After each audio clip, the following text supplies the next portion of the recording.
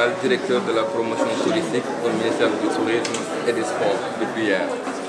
La rencontre, comme son nom l'indique, c'est une rencontre mensuelle que le ministère du Tourisme a mis en place. Cette rencontre s'appelle les rendez-vous de la Teranga. Comme son nom, les rendez-vous de la Teranga, c'est une rencontre qui permettra à tous les acteurs du tourisme d'être autour d'une table et de parler quand même des défis actuels que le tourisme fait face. Et surtout voir ensemble les opportunités de la vente. Aujourd'hui aussi, c'était le Black History Month. Vous n'êtes pas censé ignorer. Le Black History Month est le mois dédié aux Noirs américains. Le Sénégal est très intéressé par le marché noir américain, par sa position géographique, qui est très proche des États-Unis, mais aussi par le potentiel de ses acheteurs et visiteurs noirs américains. Nous avons pensé qu'à avoir une journée dédiée aux Noirs américains, de expliquer la culture et la quintessence du Sénégal pourrait les aider à vraiment les fidéliser. Les Noirs américains sont un marché assez spécial, avec des envies de voyage différentes, avec une façon de communiquer différente. Nous avons voulu, avec des professeurs émérites, comme M. Massamba Gueye, comme la doyenne Madame Awa Gueye de cette initiative, vraiment tout ce nouveau écosystème de start-up qui sont autour du tourisme et du voyage, venir parler un peu de comment fidéliser ces visiteurs, mais aussi de surtout faire du Sénégal la destination favorite des Noirs américains. Vu la situation. Je suis le directeur chargé de promouvoir le secteur. Écoutez, le Sénégal est en train de traverser des soubresauts inhérents pour chaque démocratie. Chaque démocratie a ses heures sombres. Aujourd'hui, malheureusement, on est en train de travailler ensemble de manière collective pour vraiment dépasser ces quelques événements. Vraiment pour dire vrai, il va influer quand même dans la destination, parce que la destination la plus sûre et la destination la plus facile à vendre. Mais je reste persuadé que le Sénégal, avec cette intelligence collective, va dépasser cela et nous allons avoir le pic de 3 millions de choses que nous avons. Une marque très forte, vendable dans tous les pays. Une analyse concurrentielle nous a permis de savoir les pays qui ont réussi à être dans ces marchés ont créé une marque très forte. Une marque qui porte une aspiration de tout un peuple, une aspiration de voyage, mais aussi faire en sorte que ces visiteurs, ces touristes qui nous viennent, retrouvent exactement ce qu'ils veulent. Le voyageur américain est différent du voyageur français.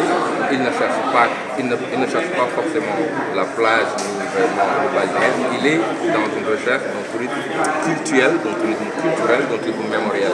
Faire en sorte de s'organiser à aller vendre tous les attraits que nous avons.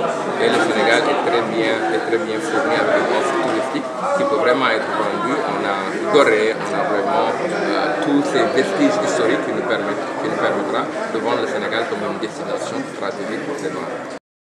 ñun ñëpp di leen jaajëfal ci teewaay bi muy mel ni bis bii nga xam ni ngeen ñëwoon moom la ñuy wax rendez-vous de la Teranga. Rendez-vous nag de la Teranga boo leen ko déggee day daje goo xam ni ab daje pencoo la pencoo ngir ñi nga xamante ne ñoom ñoo sekk domaine tourisme bi ñu waxtaanee li nga xamante ne moo xew li nga xamante ne nii war a mën a def ba ànd liggéey li nga xam ne mooy tourisme day pàcc boo xamante ne ñëpp ko bokk ci réew mi day pàcc boo xamante ne nappkat bi ci la bokk toppkat bi ci la bokk mbay bi ci la bokk transport bi ci la bokk kon pàcc mu yaatee noonu ñi nga xamante ne ñoo ko sekk day am solo ñu dajee weer bu jot ñu toog di waxtaan yi moo tax bi mooy daje bu njëkk bi daje bi rek ren ñu jël ko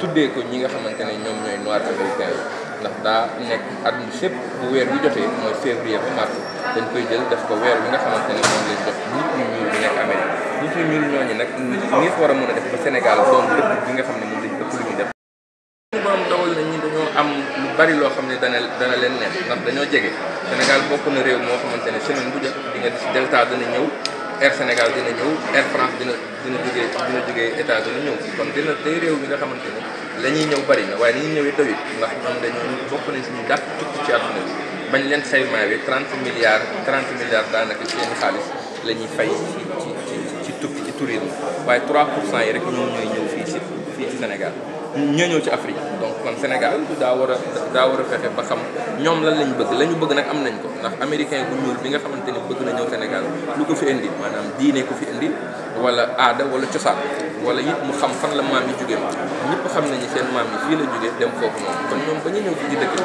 dañoo bëgg a xam daanaka lan lañ fi bàyyi woon fi seen maam jógee te américain bu ñuul boo gis bu nga gis yàgg moom yéen a nduróog wala mu nduróog sa rak fi mu toll ni nag daa am lu xew États-Unis dañuy def ay ADN di xool fan lañ jógee ci seen ADN nag day wax ni kii nag naan am nga 30% Mali am nga 20% Sénégal bu ñu xasee ba jot ADN nag dañuy bëgg gaaw ñëw ci dëkk bi xoolanteeg ñu xamanteel boo gisee dëkk bu mel ni Gana daa organiser at moo xamante ne atub dellu si la tuddoon fexe ba ñoom ñëpp ñu dellu si de retour stratégie yu mel noonu la Sénégal nar a teg boole ko agenda culturel boo xamante ni ñoom ñoo ko moom xam naa ne bu ñu amee événement yu mag rek ñoom ngir indiwaat leen dana yomb.